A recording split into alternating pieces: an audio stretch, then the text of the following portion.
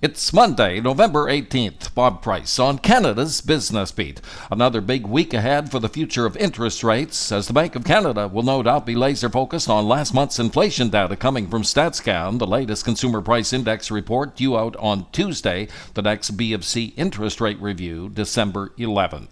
Reassuring news for workers who still have a long way to go before collecting CPP, the Canada Pension Plan Investment Board reporting that its investments gained a further 3.6% in the second quarter, that fund now worth $675.1 billion. Thank you for choosing one of Canada's most listened to business podcasts, updated Monday through Friday and heard around the world on X, Blue Sky, and wherever you get your favorite podcasts, including Apple and Spotify. Canada's Business Beat. The more you listen, the more you know in only 2 minutes.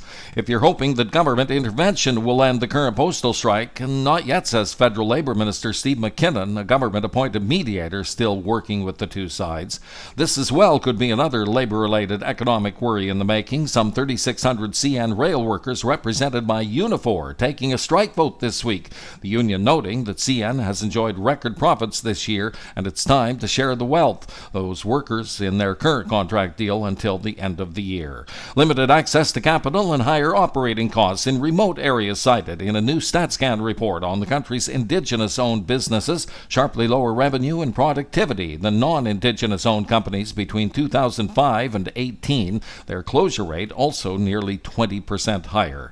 If you've ever thought of buying a getaway on a ski hill, now might be a good time to do it in BC. Royal LePage research finding that on average, ski resort home prices are down 2.5% this year, although the forecast has those prices increasing again in 2025. Sun Peaks near Kamloops showing the largest price drop at 30% for a single-family home and 14% lower for condos.